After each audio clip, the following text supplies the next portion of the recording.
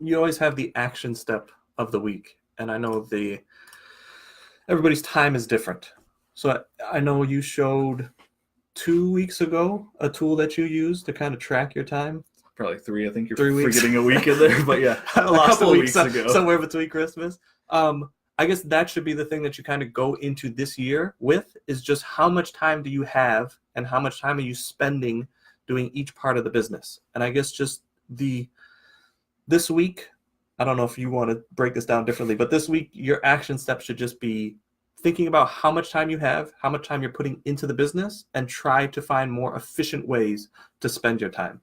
No, I think it's really important, especially, I don't know if you're into New Year's resolutions or not, but we definitely set goals for a year at the beginning, and I think it's a really good time to just think about that. So like Stephen said, just, mentally think about how long all those processes are going to take you, how much free time you have, and try to find a balance between those. You don't want to use all your free time because then you'll get burnt out and hate merch.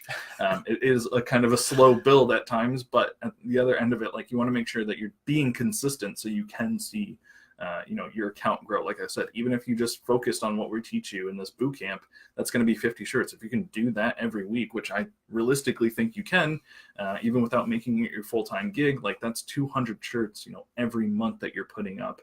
Even if you're having to cycle some of those out because you're not at tier whatever you can put those up at, it's still like really good to get in that process of doing that. So when your account does get tiered up, then you're rocking and rolling. So definitely, I think that's a good action step, to just take time, think about, this year, what is a realistic goal I can set that I want to be hitting, whatever amount of hours a week that I have to be putting up shirts so I can see growth in this merch account. So by the time Q4 comes around, then, hopefully if everything runs a bit smoother, you'll see those sales increasing, and you'll see, it's awesome looking at our account, just seeing how kind of consistent it's been over the last 3 years that we've had it.